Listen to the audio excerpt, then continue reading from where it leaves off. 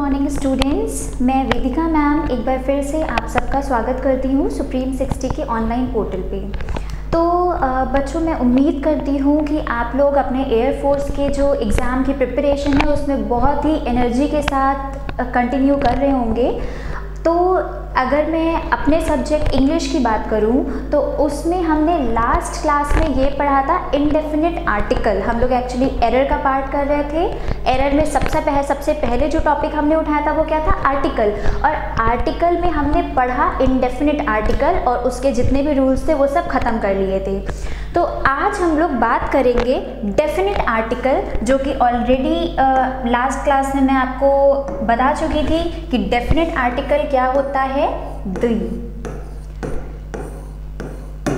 ए और एन होते हैं हमारे इंडेफिनिट आर्टिकल, जिसको कहाँ, कैसे, किस किस जगह पे यूज़ करना है लास्ट क्लास में हम डिस्कस कर चुके हैं। आज हमारा डिस्कशन होगा डेफिनिट आर्टिकल द के ऊपर। देखिए, ये जो हमारा डेफिनिट आर्टिकल होता है, डेफिनिट आर्टिकल, ये डेफिनिट आर्टिकल मैं आपको बता दूं कि एक्चुअली क्या है, दी को कहते हैं डेफिनिट आर्टिकल। ठीक है, अब देखिए, जैसे हमने लास्ट क्लास में पढ़ा था कि हम लोग जो इनडेफिनिट आर्टिकल ए और एन का यूज़ करते हैं वो हम यूज़ करते हैं किसके लिए? वन या फिर एनी के केस में करते हैं। तो अगर मैं आपसे कहूँ आई मेट अ बॉय, मतलब मैं एक लड़के से मिली या मैं किसी लड़के से मिली। अब मुझे अगर इसी लड़के के बारे में फिर से कहना होगा कि मैं एक लड़के से मिली और वो लड़का काला था या वो लड़का, उस लड़के का नाम हरी था, तो उस केस में हम लोग यूज़ करते हैं द का। मतलब जब आप अपने ऑब्जेक्ट के साथ में फैमिलियर होते हैं, मतलब आप जिस ऑब्जेक्ट की, जिस नाउन की बात कर रहे हैं, आप पहले से उस बंदे को या जो भी आपका नाउन है उसको आप पहले से जानते हैं, तो उस केस में हम लोग यूज़ करते हैं डेफिनिट आर्टिकल, क्योंकि हमें पता है कि हम उस निश्चित इंसान या उस निश्चित वस्तु की या कोई भी संज्ञा है उसके बारे में बात कर रहे हैं, तो वहाँ पे हम लोग यूज़ करते हैं द का। अब जैसे मुझे बोलना है कि मैं एक लड़के से मिली और वो लड़का काला था, तो आई मेट अ बॉय, उसके आगे क्या लिखेंगे? अ बॉय इज ब्लैक नहीं, the boy is black, the boy is black. अब यहाँ से हमें ये द बॉय से पता चल रहा है कि हमारा ये जो बॉय है, हम इसको कहीं ना कहीं पहले से जानते हैं, हम इससे फैमिलियर हैं, इस वजह से हमने इसके साथ में लगाया होता है द। ये एक छोटी सी बात है जो जितने भी आपके डेफिनेट आर्टिकल के रूल्स आते हैं उन सबके साथ फॉलो होगी कि द हम यूज़ करते हैं कब? जब हम जिस भी पर्टिकुलर नाउन की, संज्ञा की, हमारे ऑब्जेक्ट्स की बात कर रहे होते हैं, उन सारी चीज़ों से हम लोग परिचित होते हैं, हम उनसे कहीं ना कहीं पहले मिल चुके होते हैं। देखिए, ये तो बात करी हमने कि जब हम बॉय से परिचित थे तो हमने बॉय के लिए लगा दिया यहाँ पर द। अब देखिए, एक चीज़ और ध्यान रखिएगा कि जब भी हम लोग इनडेफिनिट आर्टिकल में क्या करते थे, सिंगुलर काउंटेबल नाउन के पहले लगाते थे इनडेफिनिट आर्टिकल अ और एन को। तो यहाँ पे क्या करना है कि किसी भी सेंटेंस में जब सिंगुलर काउंटेबल नाउन, ये है हमारा singular countable noun, singular countable noun, sentence में सिंगुलर काउंटेबल नाउन जब फर्स्ट टाइम आएगा तो उसके साथ आप लगाओगे इनडेफिनिट आर्टिकल ए और एन, जो भी वहाँ पे डिमांड होगी। वॉवेल साउंड है तो एन, कॉन्सोनेंट साउंड है तो आ। तो यहाँ पे क्या है? बॉय, जो कि एक कॉन्सोनेंट साउंड है, जो मैं लास्ट क्लास में बहुत अच्छी तरीके से आप लोग के साथ डिस्कस कर चुकी हूँ, तो इस वजह से मैंने यहाँ पे लगाया आ। अब जब हम इसी बॉय की बात फिर से दोबारा करेंगे तब हम यूज़ करेंगे डेफिनिट आर्टिकल द का। जैसे मैं कहूँ I have a cat, I have a cat. The cat is black. मतलब मेरे पास एक बिल्ली है और वो बिल्ली कैसी है? काली है। तो इस बात से हम एक ये जो हमारा पूरा रूल था कि हमें पहले सिंगुलर काउंटेबल नाउन को जब फेस करेंगे तो हम उसके साथ क्या लगाएंगे? इनडेफिनेट आर्टिकल आ और एन, और जब वही सिंगुलर काउंटेबल नाउन हमें सेंटेंस में फिर से मिलता है तो वहाँ पे हम क्या लगाएंगे? डेफिनेट आर्टिकल दा। इसे हम लोग इस तरीके से भी समझ सकते हैं कि रिपीटिशन मतलब रिपीटिशन ऑफ नाउन से बचने के लिए हम लोग किसका यूज करते हैं? रिपीटिशन ऑफ नाउन से बचने के लिए हम यूज करते हैं किसका? डेफिनेट आर्टिकल दी का। डेफिनेट आर्टिकल दा का हम यूज करेंगे। ये हमारा थीम था पूरे डेफिनेट आर्टिकल का। जितने भी रूल्स आएंगे वो सारी बातें इस पर ही बिलोंग करेंगी। ठीक है कि हम डेफिनेट आर्टिकल का कब यूज करते हैं? To stop the repetition of the noun. ठीक है, तो ये आप लोग स्क्रीनशॉट लेना या नोट करना, आप इसको नोट करिए। फिर हम हमारे रूल्स पे लौट कर आते हैं कि हमें क्या क्या चीज़ें इसके लिए पढ़नी होंगी। क्या लिखा हुआ है? दी इज कॉल्ड डेफिनेट आर्टिकल। दा को डेफिनेट आर्टिकल कहते हैं and is used for specifying a noun, कि हम स्पेसिफिक नाउन के लिए यूज करते हैं दा का। अब देखिए, अब ये धीरे धीरे रूल्स आएंगे कि कहाँ कहाँ पे आपको यूज करना है डेफिनेट आर्टिकल दा। सबसे पहले हम लोग पहले नाउन पे डिस्कस करते हैं। देखिए, used before a noun for specification or before the noun that has already been mentioned। अब मैं जो बात आपको पहले वाली स्लाइड में बता करके आई हूँ कि हम नाउन के रेपिटेशन को रोकने के लिए डेफिनेट आर्टिकल दा का यूज करते हैं, सेम चीज लिखी हुई है यहाँ पे। क्या कि हम उस नाउन का जो ऑलरेडी पहले मेंशन हो चुकी है, मतलब जिस नाउन के साथ में आप फैमिलियर हो, आप उस नाउन से परिचित हो, आप उसके पहले यूज करोगे डेफिनेट आर्टिकल दा का। सेम रूल ये लिखा हुआ है। अब एग्जाम्पल देखिए, the job will involve some international travel, मतलब उस नौकरी में कुछ अंतरराष्ट्रीय यात्राएं शामिल होंगी। तो उस नौकरी में कुछ अंतरराष्ट्रीय यात्राएं शामिल होंगी, मतलब आप जॉब से फैमिलियर हो कि उस जॉब की क्या क्या एलिजिबिलिटीज़ हैं, क्या क्या क्राइटेरिया हैं जो आपको पूरे करने हैं, आप उसमें फिट हो कि नहीं हो।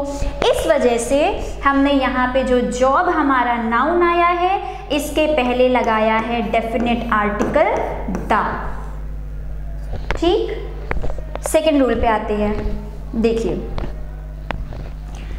अब ये कुछ बहुत छोटी छोटी चीज़ें हैं जो आप अगर ध्यान दे देंगे तो आपका आर्टिकल का क्वेश्चन कभी भी गलत नहीं होगा। बहुत इजी टॉपिक है क्योंकि ये, और क्वेश्चन इस पार्ट से आपका आना ही आना है, मैं बार बार आपसे कह रही हूँ। देखिए, before the name of mountain, मतलब कोई भी आपको पर्वत श्रेणी दिख जाए, माउंटेन रेंज, उसके पहले आप लगाएंगे द। ग्रुप ऑफ आइलैंड्स, कोई भी आपको आइलैंड का मतलब जैसे अंडमान निकोबार द्वीप समूह है, ये नाम दिख जाते हैं तो आप दा लगाएंगे। कैनल्स, मतलब कोई भी नहर का नाम आपको दिख जाता है तो आप लगाएंगे डेफिनेट आर्टिकल द। कोई ओशियन, महासागर, डेजर्ट मतलब कोई मरुस्थल का नाम, रिवर्स मतलब नदियों का नाम, गल्फ्स मतलब खाड़ी जैसे the gulf of Mannar, peninsula कोई भी प्रायद्वीप। ये सारे नाम मतलब कोई भी अगर जियोग्राफिकल टर्म अगर आपको सेंटेंस में दिखता है तो उसके साथ आप लगाओगे दा। जैसे एग्जाम्पल देखिए,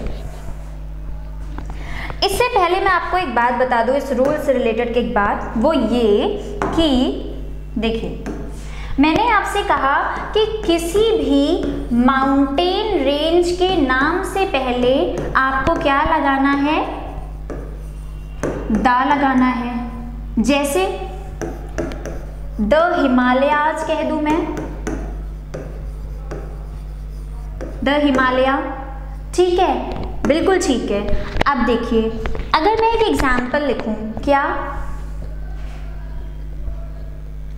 एग्जाम्पल अगर मैं यहां पर लिखूं कि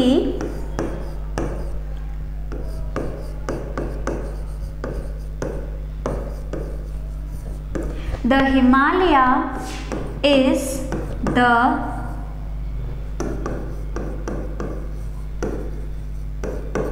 हाईएस्ट माउंटेन, कि हिमालय सबसे ऊंचा पहाड़ है, ठीक है, मतलब एक एग्जाम्पल हम लोग ले रहे हैं।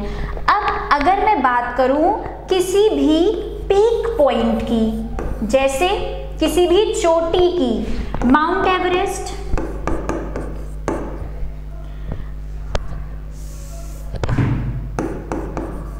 Mount Everest is the highest peak, कि माउंट एवरेस्ट सबसे ऊंची चोटी है।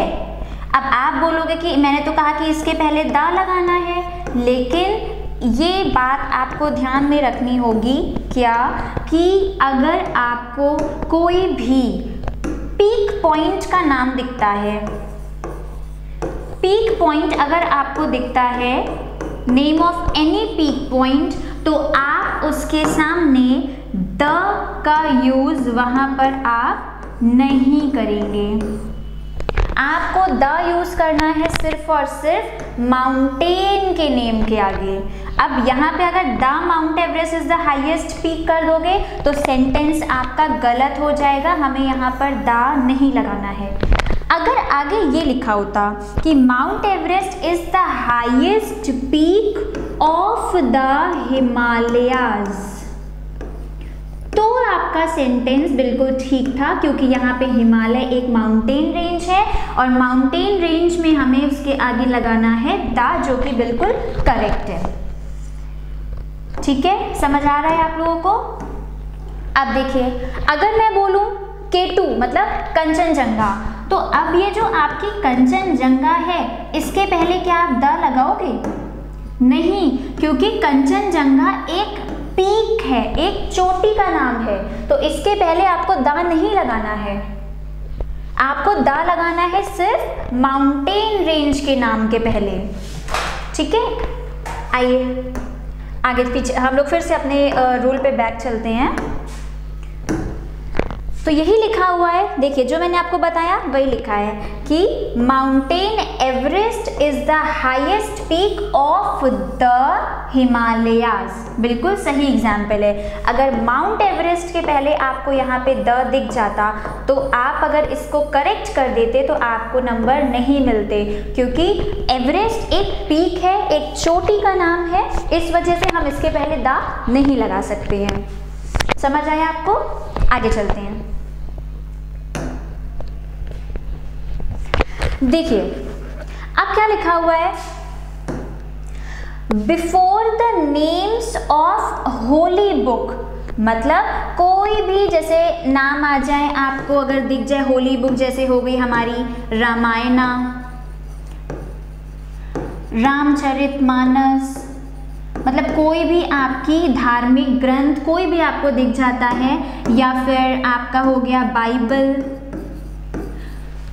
ठीक, जो भी हमारी फेमस बुक्स हैं उनके सामने, कोई भी न्यूज़पेपर जैसे the times of India, the Hindu, the Tribune, जितनी भी सारी चीज़ें हैं न्यूज़पेपर के नाम है, उनके पहले कोई फेमस मैगजीन या कोई पत्र है, मतलब कोई जनरल है जो लिखा गया है बहुत पहले के टाइम पे, जैसे द बंगाल गजट, ये सारी चीज़ों के पहले आपको क्या लगाना होगा? Definite article the.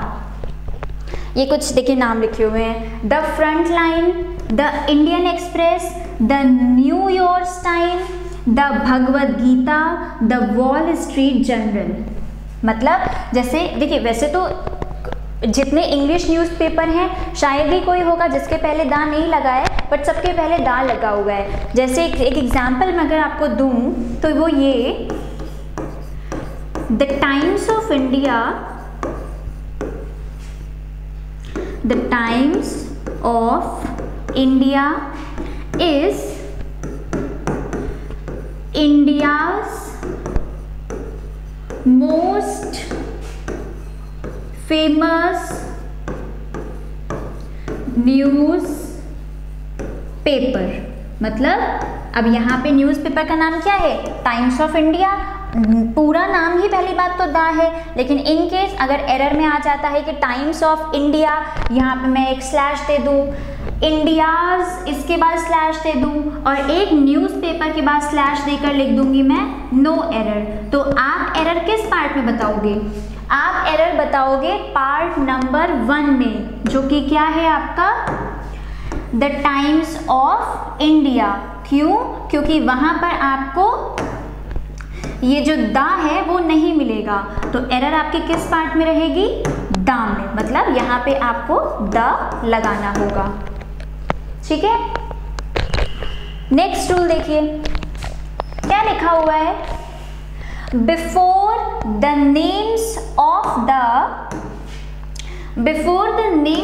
The historic movements. मतलब जितने भी आपके इतिहास में जो भी आंदोलन हुए हैं, लड़ाइयाँ हुई हैं, उन सब के पहले भी आप लोग क्या लगाएंगे, द एंड इवेंट्स। अब देखिए एग्जाम्पल क्या लिखा हुआ है, यहाँ पर एग्जाम्पल लिखा है the Khilafat movement, the civil disobedience movement, the Morley Minto reform etcetera. जैसे आप लोग सिविल डिसोबीडियंस, जैसे आप सविनय अवज्ञा के नाम से जानते हैं, civil disobedience was non violent resistance. Non violent resistance मतलब ये जो सविनय अवज्ञा था ये एक अहिंसात्मक प्रतिरोध था। तो अब सिविल डिसोबीडियंस क्या है, एक हिस्टोरिक मूवमेंट है, तो इसके पहले आप क्या लगाएंगे, द सविनय अवज्ञा होगा। गेटिंग? ठीक है, आगे देखिए। तो देखिए हमने अभी तक क्या पढ़ा कि कोई भी बुक का नाम हो, कोई भी फेमस न्यूज़पेपर का नाम हो, कोई भी स्पेशल रिवर हो, कोई प्रसिद्ध नदी, कोई खाड़ी, कोई पर्वत, इन सारी चीज़ों के पहले आपको क्या लगाना है, द। लेकिन कोई भी अगर हाईएस्ट चोटी मतलब पीक पॉइंट की बात की जाएगी तो उसके पहले आप द नहीं लगाएंगे। देखिए अगला रूल हमारा क्या कहता है, before the name of dynasties. Dynasties मतलब होता है वंशज। डायनेस्टीज मतलब क्या होता है, वंशज। मतलब जो पुराने ज़माने के कहीं पर भी हिस्ट्री में वंशज वगैरह के नाम आएंगे उसके पहले आप दा लगाएंगे।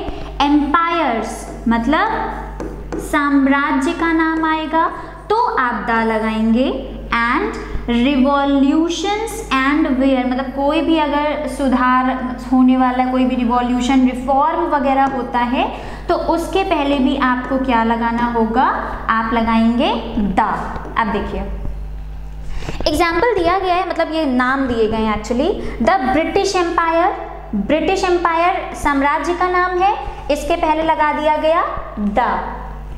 खिलजी डायनेस्टी, खिलजी वंश, इसके पहले क्या लगा दिया गया, द। ग्रीन रिवॉल्यूशन, हरित क्रांति, इसके पहले क्या लगा दिया गया, the.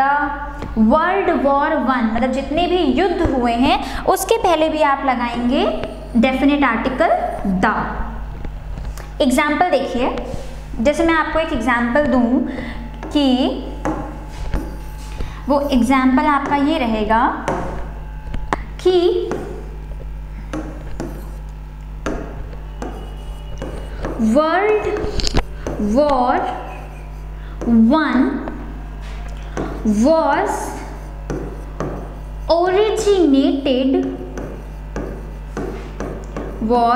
originated in Europe between 1914 to 1918 कि वर्ल्ड वॉर 1 यूरोप में हुआ और कब हुआ? 1914 से 1918 के बीच में। अब अगर इसी के बीच में एरर आपको फाइंड आउट करने को आ जाएगी तो कैसे आएगी? एक ऑब्लिक आपको ओरिजिनेटेड के बीच में मिल जाएगा, एक आपको बिटवीन पे मिलेगा और एक आपको मिल जाएगा नो एरर का। तो एरर आपकी किस में है? एरर आपकी किधर है? एरर आपके फर्स्ट पार्ट में ही है कि यहाँ पे आएगा द वर्ल्ड वॉर, क्योंकि ये क्या है? एक युद्ध का नाम है और किसी भी हिस्ट्री में, इतिहास में हुए युद्ध के आगे हमें क्या लगाना है? Definite article the. ठीक, अब बढ़ते हैं हम लोग आगे। देखिए बहुत इंपॉर्टेंट टॉपिक है, मैं आपसे कह रही हूँ बार बार, अगर और आसान भी है, अगर थोड़ा सा भी ध्यान देके आप लोग इसको पढ़ लेंगे तो आपके 2 से 3 नंबर आप अपने उन 20 नंबरों में से फिक्स कर लेते हैं।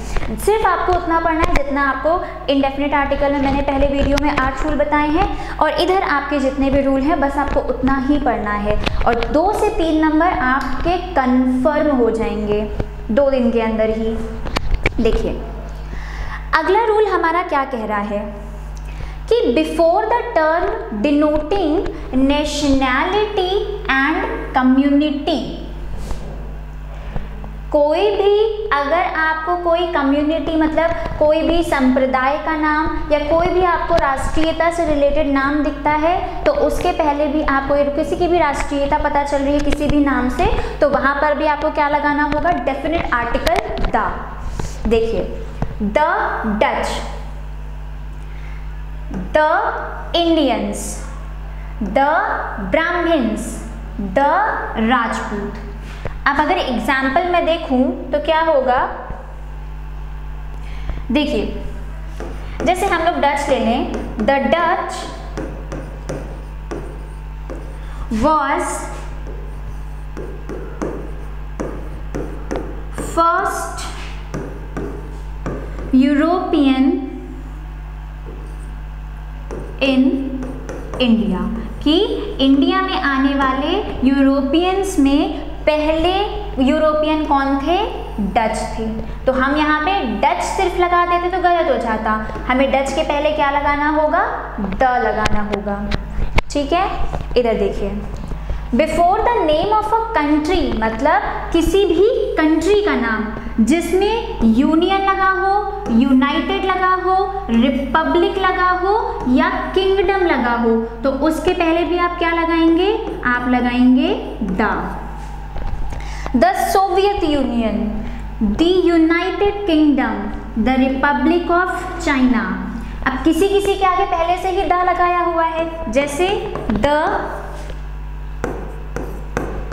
ग्रेट ब्रिटेन, तो ये एज इट इज रहेगा, इसमें कोई आप चेंजमेंट नहीं करेंगे क्योंकि इसमें ऑलरेडी नाम में ही द लगाया हुआ है। ठीक है, अगले रूल को देखते हैं। देखिए before the name of the things which are unique, मतलब जो भी चीजें हमारी इस वर्ल्ड में यूनिक है, मतलब अद्वितीय है, मतलब जो एक ही हैं, उनके जैसा कोई दूसरा नहीं है, तो उनके उन नामों के पहले आप क्या लगाएंगे? डेफिनेट आर्टिकल द का यूज आप करेंगे। अब देखिए वो चीजें क्या हैं? Sun, moon, the world, the sea, the earth. अब ये जो द अर्थ मैंने आपको बताया है, इस द अर्थ के साथ एक केस हमारा एक्सेप्शन बनता है, मतलब कि अपवाद। वो क्या बनता है कि जब कभी भी मैंने आपसे बात करी यूनिक चीज़ों की, और यूनिक चीज़ों के पहले आपको क्या लगाना होगा, द, जो कि बिल्कुल ठीक है। लेकिन जब कभी भी अर्थ वर्ड आपको दिखे और अर्थ के पहले लगा हो ऑन, तो कभी भी आप ऑन द अर्थ अगर कर देते हैं तो आपका सेंटेंस पूरी तरीके से होगा गलत। ऑन द अर्थ नहीं होगा, ऑन अगर लगा हुआ है तो सिर्फ ऑन अर्थ ही रहेगा, ठीक है। द लगेगा कब, जब यहाँ पर ऑन नहीं होगा, मतलब ऑन अर्थ है तो सिर्फ ऑन अर्थ, और अगर अर्थ लिखा है तो उसके आगे सिर्फ द आएगा, कुछ और ऑन नहीं आएगा। आप देखिए अब अगला रूल हमारा क्या कहता है, before the name of monuments, monuments मतलब होता है स्मारक, कोई भी स्मारक का नाम अगर आपको दिखता है, म्यूजियम, वर्ल्ड ऑफ आर्ट मतलब कला के क्षेत्र से कोई प्रसिद्ध नाम अगर आपको दिख जाए सेंटेंस में, द फेमस बिल्डिंग, कोई प्रसिद्ध विख्यात बिल्डिंग अगर दिख जाती है, तो उन सब के पहले भी आप क्या लगाएंगे, डेफिनेट आर्टिकल द का यूज करेंगे। जैसे देखिए द ताजमहल, ताजमहल सब प्रसिद्ध है, उसके पहले क्या लगेगा, द वर्ल्ड ट्रेड सेंटर, ये क्या है, एक हमारा मोनूमेंट है। द ताज होटल, अब इस सब के पहले द लगेगा। जैसे अगर आप लिख देते हैं ताज होटल सिचुएटेड इन मुंबई, तो क्या गलत है इसमें कि ताज होटल एक बहुत फेमस होटल है, जिसके पहले आपको क्या लगाना होगा, द लगाना होगा, तब आपका सेंटेंस पूरी तरीके से सही माना जाएगा। ओके, आगे बढ़ते हैं। Before the name of trains, specially जितनी भी हमारी एक्सप्रेस ट्रेन्स होती हैं, शिप एंड एयरवेज, उन सबके पहले भी आपको क्या लगाना है, डेफिनेट आर्टिकल द। जैसे the Rajdhani express, the IndiGo, the Navyug express. अब जैसे मैं एग्जांपल लिखूं क्या कि Rajdhani express is the fastest train ever, कि राजधानी एक्सप्रेस सबसे ज़्यादा तेज चलने वाली ट्रेन है। तो अब राजधानी एक्सप्रेस के पहले आप क्या लगाएंगे, डेफिनेट आर्टिकल द, ठीक है। अगला रूल देखते हैं क्या लिखा हुआ है। ये लिखा हुआ है कि किसी भी ऑर्गेनाइजेशन, नेशनल लेवल पे कोई भी अगर ऑर्गेनाइजेशन है, पॉलिटिकल पार्टी मतलब जितनी भी हमारी राजनीति वाली पार्टीज हैं, इन सब के पहले, और कोई भी अगर आपको हमारी गवर्नमेंट का अगर कोई भी ऑर्गन दिखता है, मतलब कोई भी उनका हिस्सा है, तो उसके पहले आप क्या लगाएंगे, डेफिनेट आर्टिकल द। जैसे the United Nation, the World Health Organization, the BJP, the police, the army, मतलब आर्मी क्या है, हमारी आर्म्ड फोर्सेस में से है, तो इनके पहले भी आप क्या लगाएंगे, आप लगाएंगे द। जैसे एग्जाम्पल देखते हैं, I have 4 sons in the army। तो अगर यहाँ पे आप सिर्फ इन आर्मी लिख देते तो सेंटेंस आपका हो जाता गलत, दा लिखा है इसलिए आपका सेंटेंस होगा सही, ठीक है। आगे बढ़ते हैं, देखिए अगला रूल हमारा क्या कहता है कि before the name of a musical instrument, कोई भी अगर आपको संगीत वाला यंत्र दिखता है तो उसके जब भी उस संगीत यंत्र की बात होती है बजाने के सेंस में, मतलब उसको आप प्ले कर रहे हैं, तो उसके साथ आप लगाएंगे डेफिनेट आर्टिकल द। और बजाने के केस को हटा करके कि मेरे पास गिटार है या मेरे पास बांसुरी है, तो इन सारी चीज़ों में क्या आप अपने पास की बात कर रहे हो, या मैं खरीद के लाया हूँ, परचेज किया है, या आपने उसको सेल कर दिया है, इन सारी केसेस में आप लगाएंगे क्या, इनडेफिनिट आर्टिकल। जैसे देखिए, जैसे हमारा ये जो म्यूजिकल इंस्ट्रूमेंट वाला केस है, म्यूजिकल इंस्ट्रूमेंट की बात हम लोग कर रहे हैं, तो अगर मैं बात करूंगी इसकी क्या, अगर मैं इसकी बात करूं प्ले के केस में, जैसे आई लाइक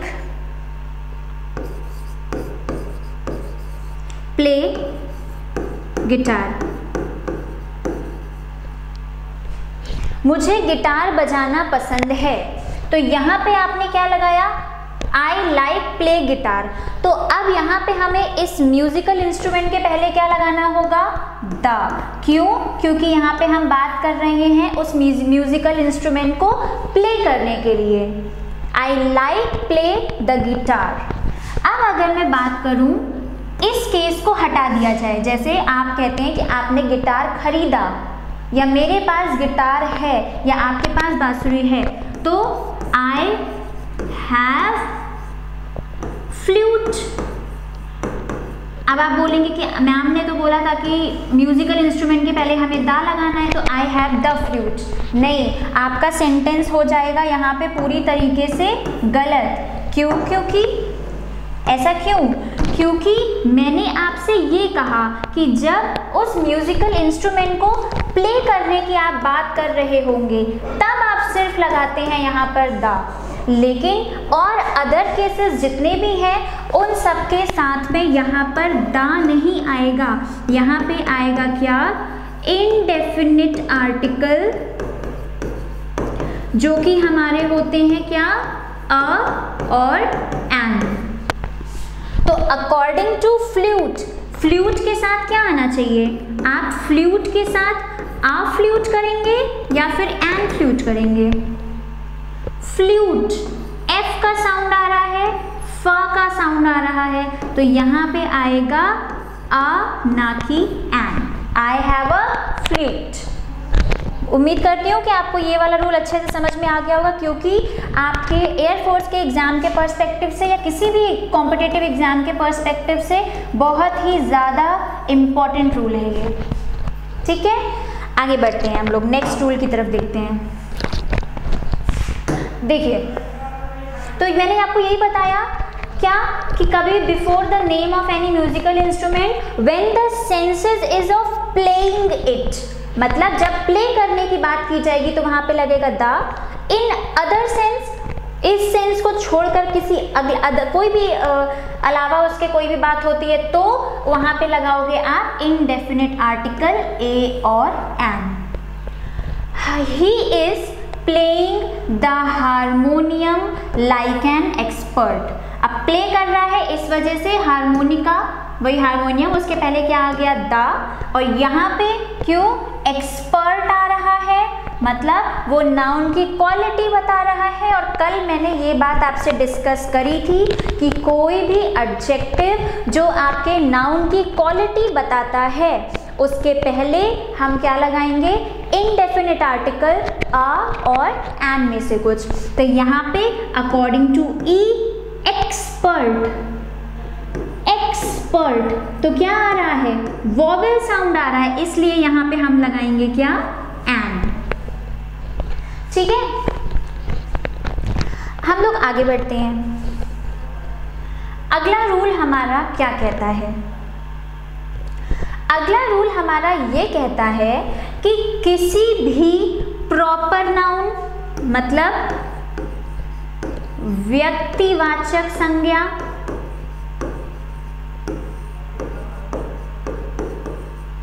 के पहले जब बात की जा रही होगी कंपैरिजन में, तो अगर आप कोई भी प्रॉपर नाउन लिखा है, वहां पे कंपैरिजन यानी कि तुलना की जा रही है दो चीज़ों की आपस में, तो जब आप उस प्रॉपर नाउन के पहले लगा देते हैं द, तो वो क्या हो जाता है, वो बन जाता है हमारा जातिवाचक,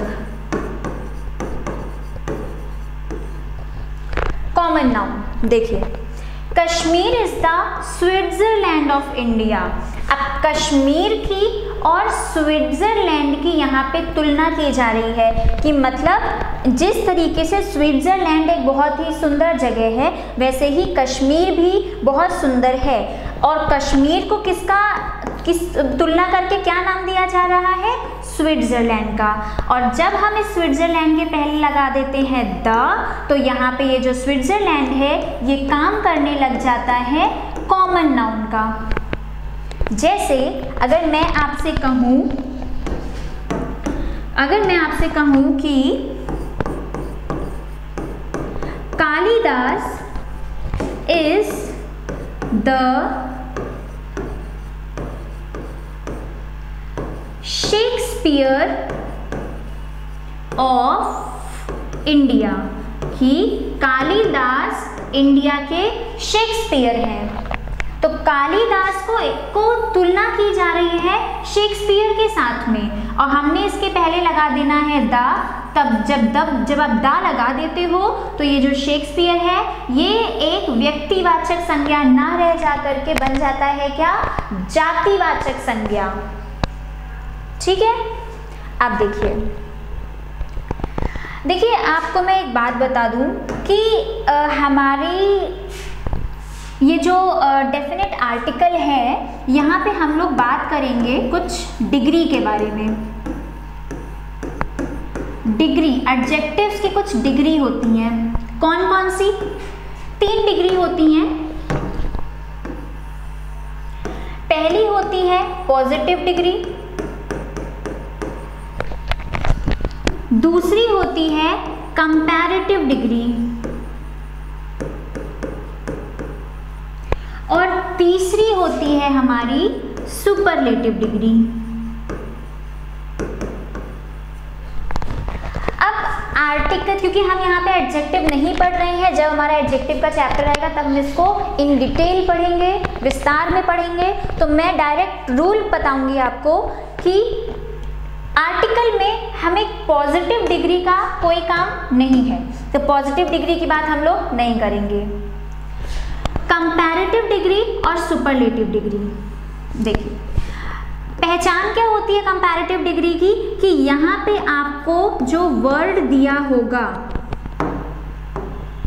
यहाँ पर आपको जो भी वर्ड दिखता है उस वर्ड के पहले, मतलब कि एज सफिक्स क्या होता है, वर्ड के बाद में लगता है। तो यहाँ पे आपको या तो IER मिलेगा, या तो ER मिलेगा, या वर्ड के पहले लिखा होगा मोर। ये होती है पहचान हमारी कंपैरेटिव डिग्री की। अगर मैं बात करूँ सुपरलेटिव डिग्री की, तो सुपरलेटिव डिग्री के पहले क्या लगा होगा, बेस्ट, या वर्ड के बाद में EST, और इसके पहले हमेशा लगता है द। ठीक है। अब यहाँ पे द कहाँ लगता है, तो जब कभी भी आप कंपैरेटिव डिग्री में तुलना की बात करेंगे, मतलब ऑफ द टू, जब आपको सेंटेंस में 2 में से तुलना की जा रही होगी, तब आप यूज करेंगे द का नाउन के पहले वाले नाउन के पहले। बाकी अगर आप यहाँ पे द यूज कर देते हैं तो आपका सेंटेंस हो जाएगा गलत। ठीक है। आइए अब हम लोग पढ़ते हैं हमारा रूल। हमारा रूल क्या बोल रहा है, देखिए, before an adjective when it is in superlative degree, मतलब सुपरलेटिव डिग्री के पहले जो भी हमारा एडजेक्टिव दिया होगा उसके पहले हमें लगाना होगा the. He is the best student of our college। जैसे अब बेस्ट क्या है, एडजेक्टिव है कि नाउन की क्वालिटी बता रहा है, सबसे अच्छा, तो इसके पहले हमें क्या लगा देना है, द। अब जैसे मैं एक एग्जाम्पल अगर आपका और लेना चाहूँ, जैसे मैं अगर आपको नहीं समझ आ रहा है, जैसे मैं आपसे अगर ये कह दूँ कि देखिए, जैसे शी इज हाईएस्ट पेड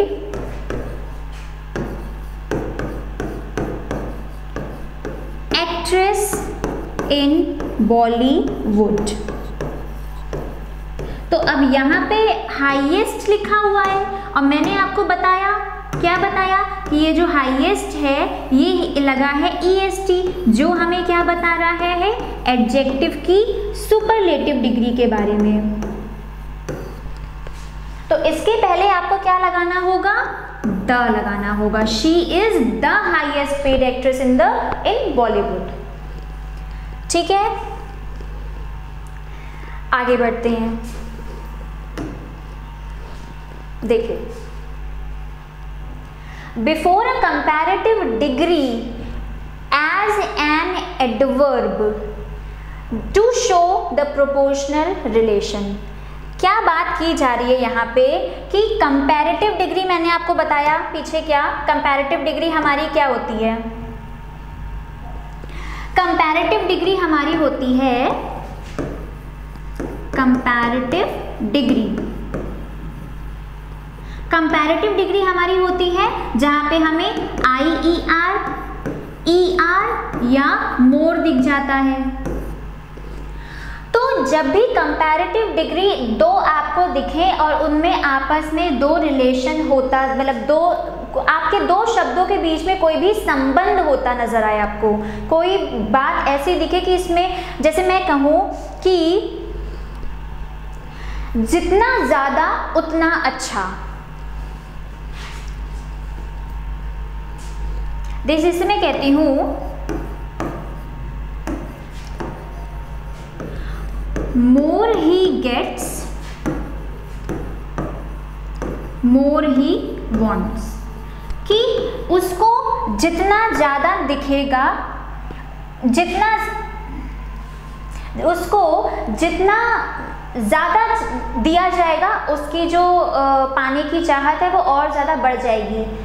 तो यहाँ पे पाना और चाहना रिलेशन दिख रहा है दोनों नाउन के बीच में, तो इस वजह से जो कंपैरेटिव डिग्री वहां पे मोर लिखा था मैंने, तो उस मोर के पहले इस वजह से हम लोग क्या करेंगे, उस मोर के पहले इस वजह से हम क्या लगा देंगे, द का यूज करेंगे। ठीक, अब यहाँ पे क्या है, द मोर द मैरियर, मतलब जितना ज्यादा उतना अच्छा। तो यहाँ पे कंपैरेटिव डिग्री क्या है आपकी, मोर है, इस वजह से यहाँ पे द मोर के पहले, मतलब मोर के पहले यहाँ पे क्या लगा है, आपका द का यूज किया गया है।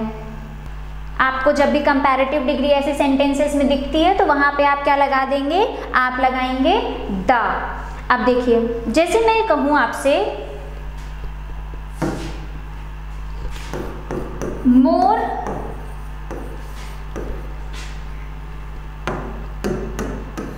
मोर, यहीं पर लिखती हूँ, देखिए मोर यू गो हायर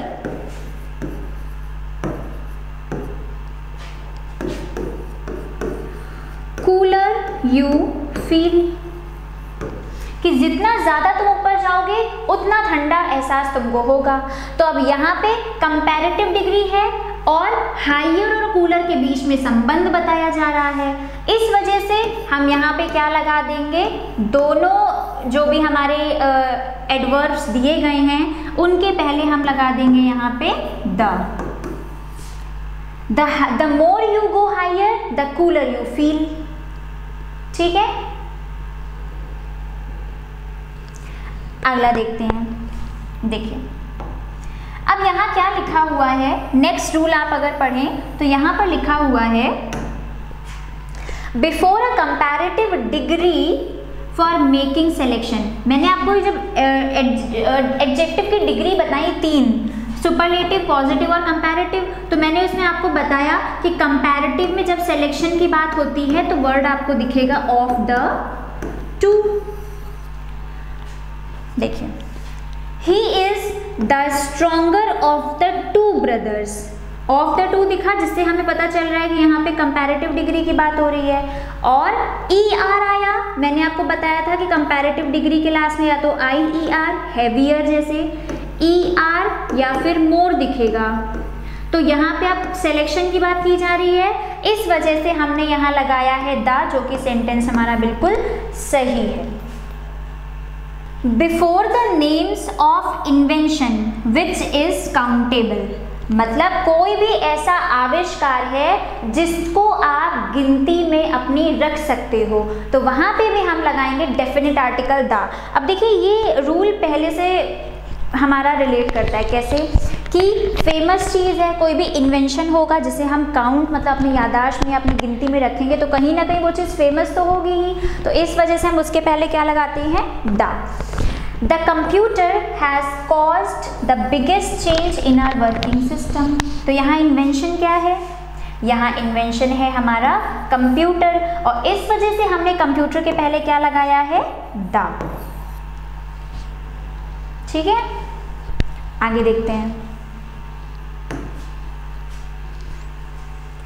देखिए, अब वही कॉमन से रूल्स हैं बहुत ज़्यादा, आप इतने सारे रूल्स देके कंफ्यूज नहीं होंगे कि इतनी सारी चीज़ें आप ध्यान में कैसे रखेंगे, कुछ नहीं है। आप जहाँ दा से थोड़ी सी बातें ध्यान रखेंगे कि फेमस चीज़ों के पहले, बुक्स के पहले, डायरेक्शंस के पहले, कंपैरेटिव डिग्री में सिलेक्शन की बात होगी तो लगेगा, सुपरलेटिव डिग्री में लगेगा। तो प्रैक्टिस करते करते ये सारी चीज़ें आपकी फिंगर टिप्स में आ जाएंगी कि हाँ मुझे सब याद हो गया है, कुछ एक्स्ट्रा नहीं है, बहुत साधारण से ये सारे नियम हैं। और बाकी जब आप मेरे साथ प्रैक्टिस करेंगे 20 मिनट्स में 20 क्वेश्चंस की, तो उसमें ये सारी चीज़ें आपको दिखेंगी, और ज़्यादा से ज़्यादा आपको प्रैक्टिस मैं कराऊंगी, जिससे आपकी चीज़ें आपको बैठ के रटनी नहीं पड़ेंगी, वो सब आपके प्रैक्टिस में ही हो जाएगा। देखिए, before the name of direction, जैसे हमारी डायरेक्शन कौन कौन सी होती हैं, ये डायरेक्शन होती है हमारी नॉर्थ, साउथ, वेस्ट, ईस्ट, और अगर मैं इधर बोलूं तो ये क्या है हमारी नॉर्थ ईस्ट, ये क्या है हमारा साउथ ईस्ट, ये क्या है हमारा वेस्ट साउथ, और ये क्या है हमारा नॉर्थ वेस्ट। ये डायरेक्शंस हैं जो आप लोग को पता होंगी। मैं कोई आपको रीजनिंग नहीं पढ़ा रही हूँ, आप कंफ्यूज मत होइएगा, मैं सिर्फ हमारा ये जो रीजनिंग का रूल हमारी इंग्लिश से रिलेट करता है, मैं उसके बारे में आपको बता रही हूँ कि जब कभी भी डायरेक्शन की बात की जाएगी तो उस डायरेक्शन के पहले भी आप क्या लगा देंगे, दा लगा देंगे। जैसे ही टर्न्ड टू द साउथ, वो साउथ की ओर मुड़ा, इसलिए यहाँ आ गया साउथ के पहले डेफिनेट आर्टिकल द।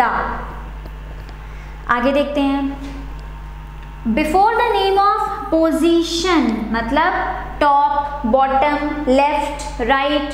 अगर आप इसी पॉइंट ऑफ व्यू से देखें तो ये भी ऊपर नीचे एक डायरेक्शन ही है कि ऊपर नीचे दाएं बाएं, उसके पहले भी आपको लगाना होगा क्या, the. Bottom the, he is at the bottom. Next देखिए, before certain adjectives to represents a class of persons। Before certain adjectives, मतलब कुछ ऐसे एडजेक्टिव। अब एडजेक्टिव क्या है, एडजेक्टिव है जो हमें नाउन की विशेषता बताता है, तो उसके पहले जब भी आप दा लगा देंगे तो वहाँ पर उस जो आपका दा और प्लस एडजेक्टिव बन जाएगा, ये डिनोट करेगा एक अलग क्लास, मतलब एक अलग स्टैंडर्ड ये दिखा देगा एक किसी भी व्यक्ति की या किसी भी वस्तु की। देखिए, the wise think before they speak, the wise यहाँ पे आएगा थिंक। एक समझदार व्यक्ति बोलने से पहले सोचता है, तो ये वाइज यहाँ क्या है, एडजेक्टिव है, और इसके पहले हमने जब लगा दिया दा, तो ये एक इंसान जो कि बोलने से पहले सोचता है उसका एक अलग क्लास दिखा रहा है। ठीक है, आगे बढ़ते हैं। देखिए, बिफोर द एडजेक्टिव, मतलब ये सारे एडजेक्टिव जो आपको दिखेंगे कौन कौन से, सेम, होल एंड ओनली। जब ये 3 एडजेक्टिव आपको दिखेंगे तो द का यूज आप इसके द का यूज आप करते हैं इनके पहले, और जब आपको ये 2 एडजेक्टिव दिखते हैं ऑल एंड बोथ, तो द का यूज आप कब करते हैं, इनके बाद में, आफ्टर। एग्जाम्पल देखिए, the whole class is making a noise. यहाँ पे एडजेक्टिव क्या दिखा हमें कि पूरी क्लास शोर मचा रही है, होल, और होल के पहले क्या आ गया, द। अगर मैं बोलूं all the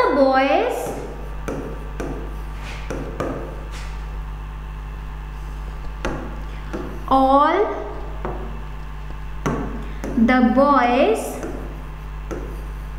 are intelligent, तो यहां पे क्या बात हुई, यहां पे आपने देखा आ गया आपका all, इस वजह से द मैंने लगा दिया बाद में, ठीक है।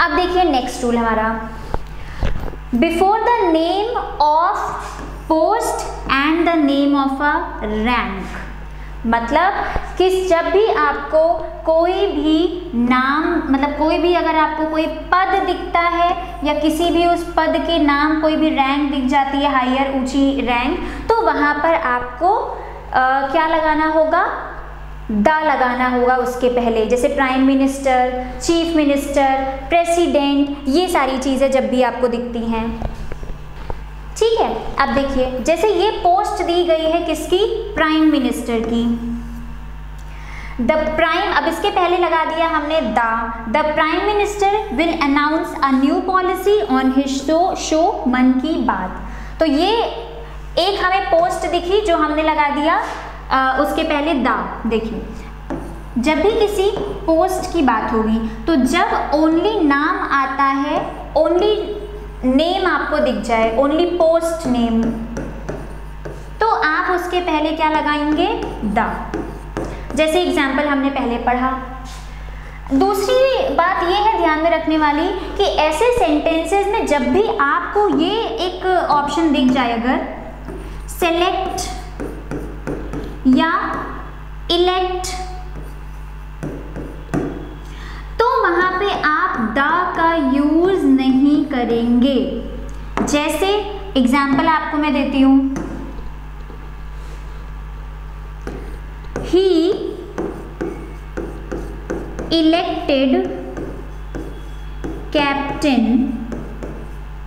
Of our team, he elected captain of our team. अब यहाँ पे ही द इलेक्टेड कैप्टन, या आप सोचिए ये कैप्टन एक पोस्ट का नाम है, तो इस वजह से मैं इसके पहले द लगा देता हूँ, तो आपका सेंटेंस हो जाएगा गलत, ही इलेक्टेड कैप्टन, क्योंकि मैंने आपको बताया कि जब कभी भी आपको इलेक्टेड, सेलेक्टेड ऐसे वर्ड्स दिख जाएंगे तो उसके बाद आप द का यूज नहीं करेंगे।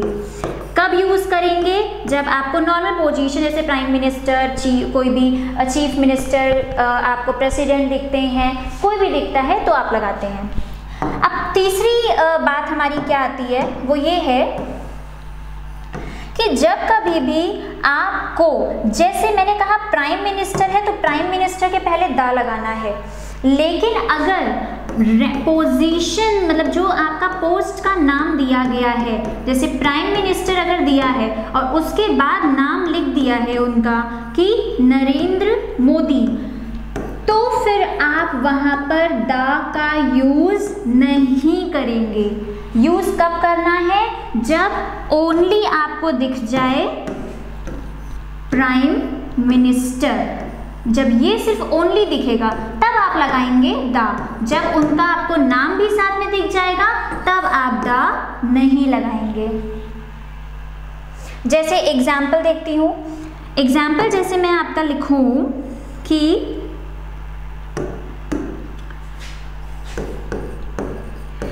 Prime minister Narendra Modi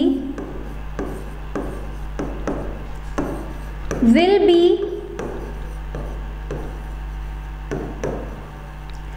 on the show अदालत, ऑन मंडे, कि prime minister Narendra Modi Monday को जो शो आने वाला है कौन सा, आपकी अदालत, उसमें हमें देखने को मिलेंगे। तो यहाँ पे हम द प्राइम मिनिस्टर या prime minister the Narendra Modi नहीं, यहाँ पे हम द का यूज नहीं करेंगे क्योंकि पोजीशन के बाद उनका हमें नाम भी दिख गया है इस वजह से। ठीक है, तो ये आप बात ध्यान रखेंगे, ये एक्सेप्शन केस है इसका। और एग्जामिनर कंफ्यूज करने के लिए हमेशा इसी टाइप के आपको एग्जाम्पल देता है, क्योंकि बच्चे सोचते हैं कि कोई भी रैंक का नाम दिया गया है तो इसके पहले हमें द लगाना है, लेकिन रैंक के नाम के साथ रैंक होल्डर यानी कि उस रैंक पे जो इंसान खड़ा हुआ है उसका नाम भी अगर दिख जाएगा तो आप द नहीं लगाएंगे। आइए पीछे चलते हैं। अब यहाँ पे क्या मैंने आपको बताया कि the prime minister will be announce a policy, new policy on A show, मन की बात। समझ आ गया ये एग्जाम्पल। अगला देखिए, बिफोर अ कॉमन नाउन मतलब जातिवाचक, when it is used as abstract noun। अब एब्स्ट्रैक्ट नाउन क्या होता है, क्योंकि नाउन तो मैंने आपको पढ़ाया नहीं। देखिए एब्स्ट्रैक्ट नाउन वो होता है जहाँ पे आपको इमोशन दिखते हैं, जैसे हैप्पीनेस या हैप्पी, सैडनेस, इस सारी मतलब कोई भी आपको अगर जॉय कुछ भी अगर आपको ऐसा दिख जाता है तो वहाँ पे होता है एब्स्ट्रैक्ट नाउन। तो अगर उस कोई भी कॉमन, जब आप मतलब बिफोर अ कॉमन नाउन कोई भी जातिवाचक संज्ञा के पहले अगर आप दा लगा देते हैं तो वहाँ पे वो जो संज्ञा होगी वो कैसे यूज होगी, एब्स्ट्रैक्ट नाउन की तरह, मतलब कोई इमोशन उसमें आ जाएगा। देखिए the beast in him has done this cruel act. Beast मतलब होता है जानवर। अब ये जो जानवर है ये क्या है, जानवर एक जातिवाचक संज्ञा है कि जानवरों का एक समूह, जानवर एक जाति है। अब ये बोल रहा है सेंटेंस कि उसके अंदर के जानवर ने ही ये क्रूरता पूर्ण कार्य किया है। तो हमने यहाँ पे बीट्स के पहले लगा दिया द, जिस वजह से ये जो हमारा कॉमन नाउन था ये बन गया एक एब्स्ट्रैक्ट नाउन, मतलब एक जाति को दिखा रहा है, वो लोग जिनके अंदर जानवरों वाले गुण होते हैं। तो ये था हमारा rule number 23।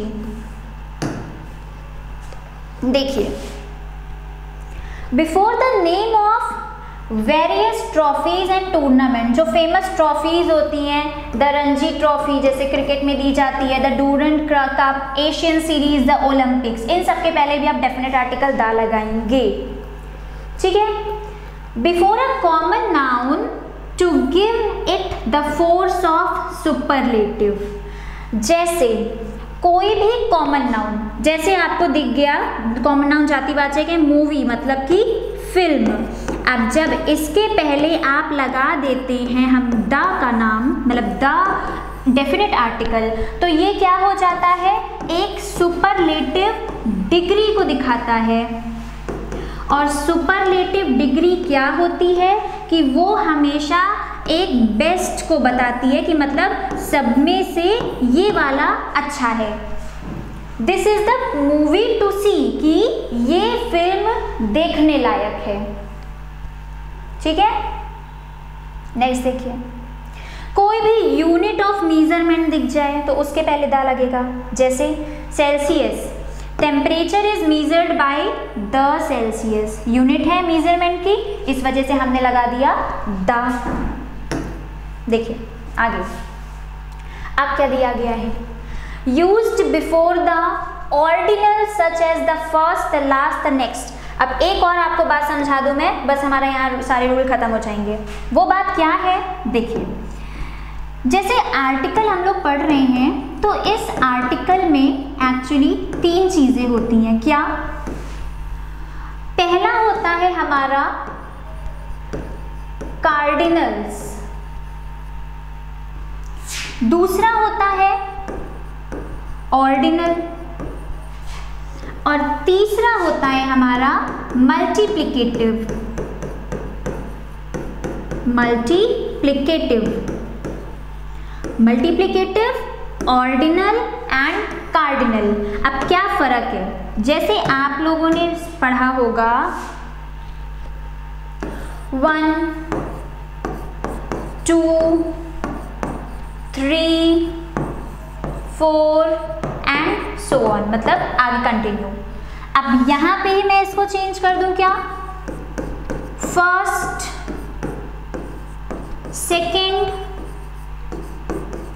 Third, next, last, ये होते हैं ऑर्डिनल। और मल्टीप्लिकेटिव क्या होते हैं, वंस, ट्वाइस, थ्राइस, ये होते हैं मल्टीप्लिकेटिव। तो कहीं पर भी अगर आपको दिख जाता है ऑर्डिनल, मतलब first, second, third, next, last, तो उसके पहले आप हमेशा क्या लगाएंगे, definite article the. Ordinals first, second, third, fourth, fifth, sixth, anything, next, last, इसके पहले हमेशा आएगा डेफिनेट आर्टिकल द। यही रूल हमारा वहां लिखा हुआ है। Before the ordinals such as the first, the last, the next. Pandit Jawaharlal Nehru was the first prime minister of India. First the. अब आप ये मत सोचिएगा कि प्राइम मिनिस्टर भी आया और यहाँ पंडित जवाहरलाल नेहरू भी आया।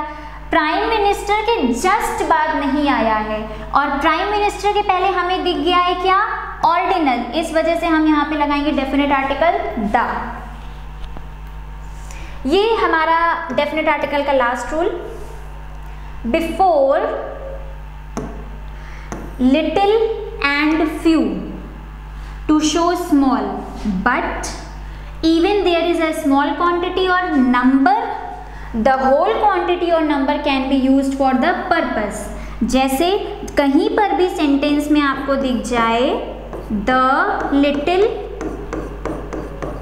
या the few, तो ये क्वांटिटी को दिखाता है या नंबर को दिखाता है। लेकिन अगर लिटिल और फ्यू के पहले आपको द दिख रहा है तो इसका मतलब है कि वहां पे जो भी बात की जा रही हो गई वो किसी ना किसी उद्देश्य के लिए या कोई ना कोई उसका पर्पस होगा, तभी बात की जा रही है। एग्जाम्पल देखिए, He borrowed the few books that I had issued from the library। मतलब उसने जो बुक ली वो उसने इशू कराई थी लाइब्रेरी से। तो फ्यू बुक्स और इसके पहले आ गया द, और पर्पस क्या था कि उसने बोरो करी है क्या, बुक्स को, इस वजह से यहाँ पे आया हमारा द। तो इसी के साथ में हमारा डेफिनेट आर्टिकल भी होता है खत्म। ये टोटल आपके 28, देखिए नाम के 28 रूल्स हैं, है कुछ भी नहीं इनमें, क्योंकि बहुत कॉमन सी चीज़ें हैं जिसे आप एक बार देख लेंगे तो आपको बहुत अच्छे से आ जाएगा। और बहुत इम्पॉर्टेंट ये टॉपिक है आपके एयरफोर्स के एग्ज़ाम को लेकर के, तो आप इसको छोड़ने की कोशिश बिल्कुल भी नहीं करें। बहुत ही आसान तरीके से मैंने इसको पढ़ाया है। इस पूरे चैप्टर के कुछ रूल्स हैं, कुछ एक्सेप्शनल केसेस जो मैंने पहले बताया था कल ओमिशन को लेकर के, तो वो मैं आपको डिस्कस करने के बाद इसकी एक प्रैक्टिस भी लेकर के आऊँगी 20 क्वेश्चंस की, जो हम लोग सॉल्व करेंगे विद इन 20 मिनट्स। तो आप वीडियो को देख लीजिएगा, जो भी डाउट होते हैं आप उससे पूछ सकते हैं, और जैसा भी आपको जो भी आपका व्यू होता है आप प्लीज़ फीडबैक में ज़रूर दीजिएगा। And thank you so much.